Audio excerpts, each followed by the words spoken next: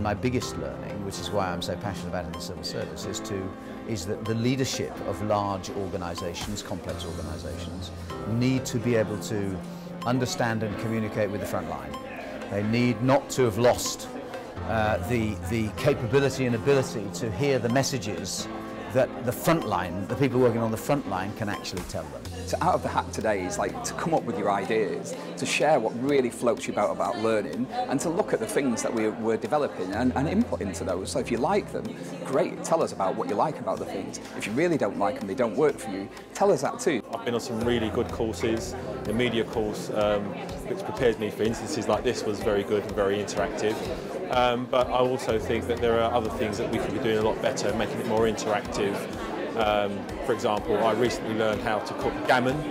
I did that just by going onto YouTube. I'm more of a sort of an informal learner. I can't remember the last time I went to a formal course, but I'm a very active learner. If I don't know something, the first place I'll go to is Google and look it up.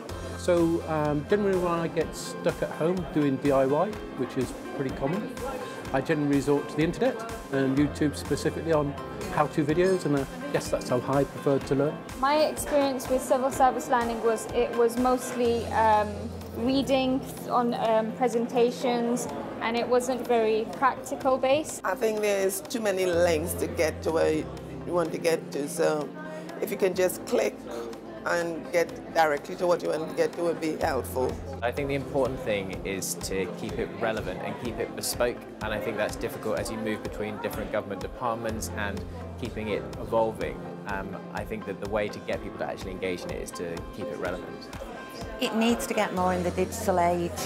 It needs to get away from that old school classroom, bit monotonous, or just online e-learning on your own. Let's make it more interactive. Let's make it more fun. What fires me up is the challenge of solving issues, solving problems, and I think that's learning. That's about how people learn. Civil service learning, from my perspective, is running to catch up. But the good news is they're running pretty quickly nowadays to try and understand user needs and reflect that in the content that they offer. Currently, a lot of our learning is delivered by a contractor through a contractual relationship, and we are re-tendering all of that. So we've broken up the contract to give us more flexibility and more control, and use more of our own internal experts to deliver the learning and development we need. Those new contracts will start fully coming into play from April 2016, but we'll be piloting things in February and March before then.